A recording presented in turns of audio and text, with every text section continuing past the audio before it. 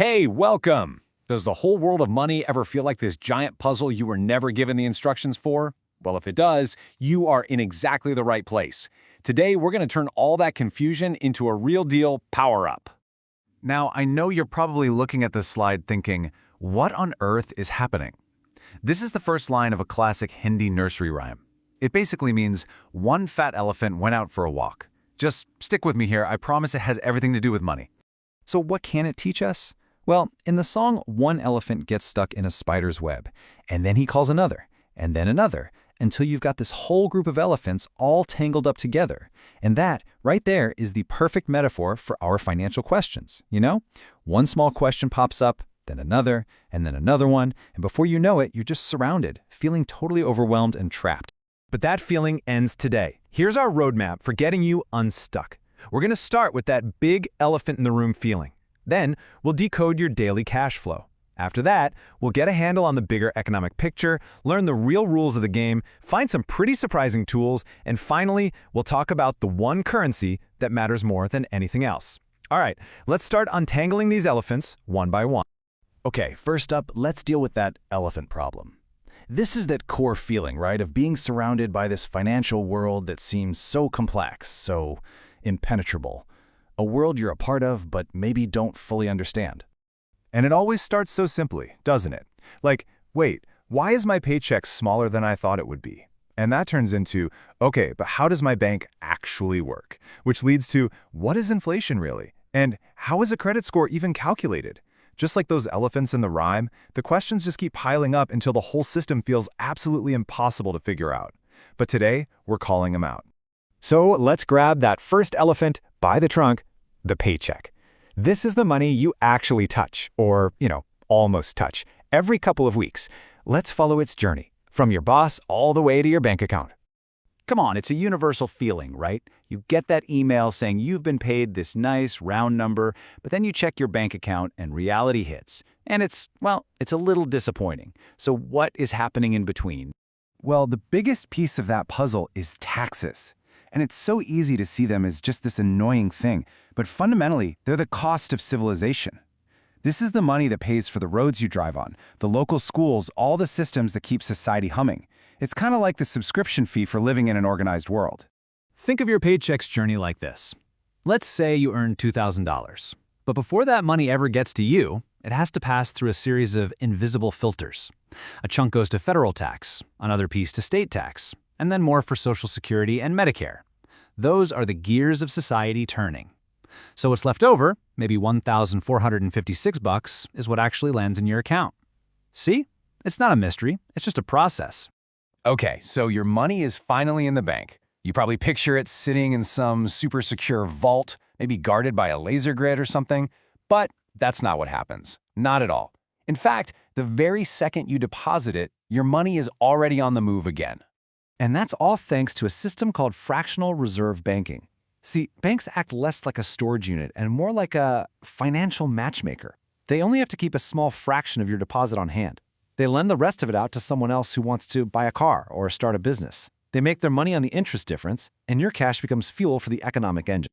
So we've looked at your personal money flow. Now let's zoom way out to the bigger picture, this kind of invisible economic weather that affects every single one of us, whether we notice it or not. These are the huge forces that can make your financial journey feel like a smooth ride or a really bumpy one. First up is inflation. You ever buy a bag of chips, you open it, and it feels like it's half empty, but you paid 30% more than you did last year? That is inflation in action. It's this slow, quiet erosion of your money's actual buying power. Your $5 bill is still a $5 bill for sure, but what it can buy in the real world just shrinks over time. And then you have its more dramatic cousin, the recession. You can think of this as the economy's big reset button. It's a period of at least 6 months where things kind of contract, companies cut back, jobs get harder to find, and everybody holds onto their money just a little bit tighter. It's definitely painful, but it's a natural part of that economic cycle of boom and bust.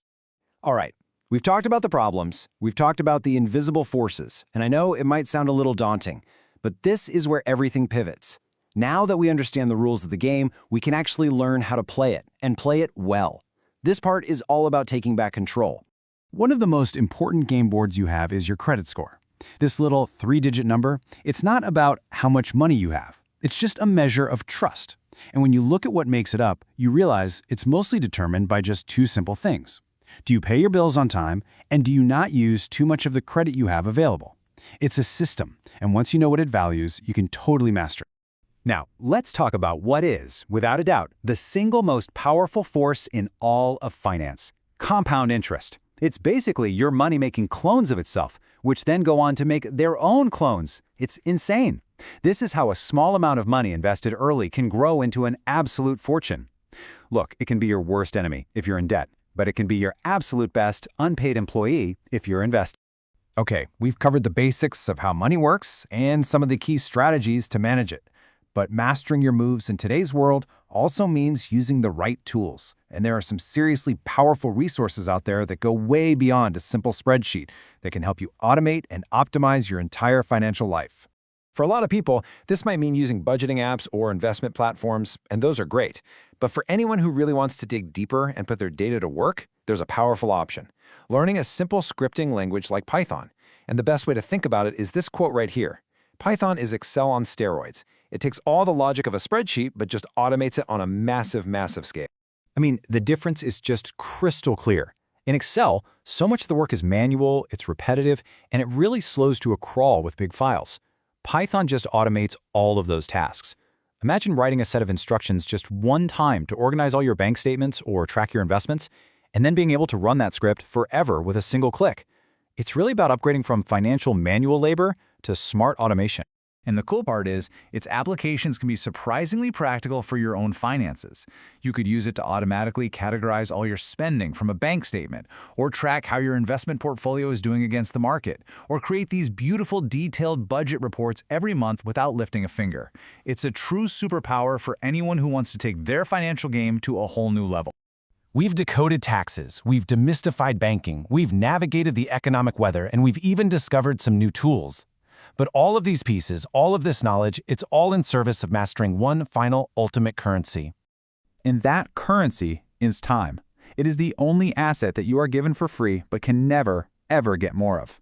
Understanding how to manage your money, how to make it work for you through investing, how to automate tasks with modern tools, it all boils down to one goal: freeing up and maximizing your most precious, non-renewable resource. Real wealth isn't built in days, it's built over decades of compound growth. And time is the secret ingredient. So I'll leave you with this one last thought.